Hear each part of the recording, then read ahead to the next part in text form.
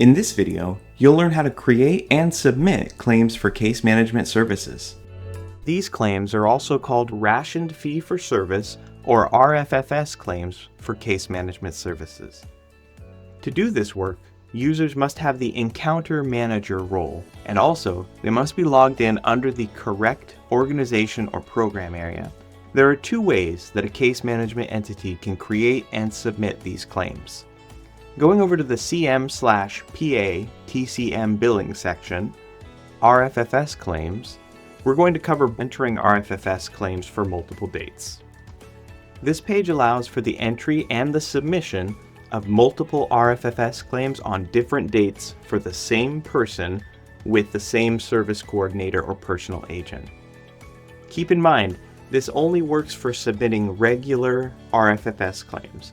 You can't use this page to submit Oregon Needs Assessment claims. Start by entering the prime number for the individual that you're going to be entering claims for, and then select the service element. In this case, since we're a CDDP, I'm going to select CDDP Case Management, and then enter in a service coordinator or personal agent. As a tip, the active SC/PA only radio button, it defaults to yes, showing only the active service coordinators and personal agents for your case management entity. But if you change this button to no, it will include the service coordinators and the personal agents who were employed with your CME in the past. Now let's select dates on the calendar to enter this individual's RFFS claims. Let's say that they were served 3 times in November,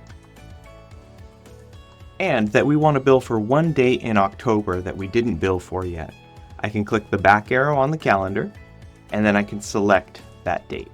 Now that I have 4 dates selected, I can click Find. After selecting Find, the system will return any prior authorizations that match the time frame for these RFFS claims.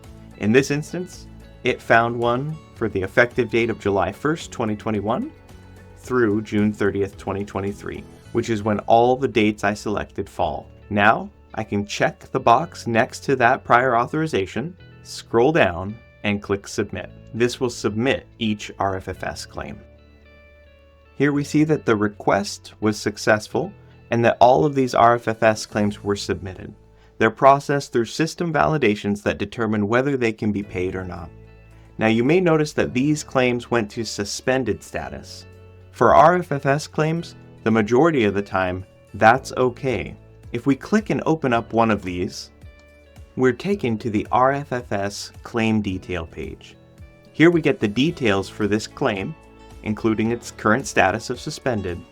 But as we scroll down to the exception section, we see that it's suspended for reason of exception code number 9, insufficient funds rationed for provider.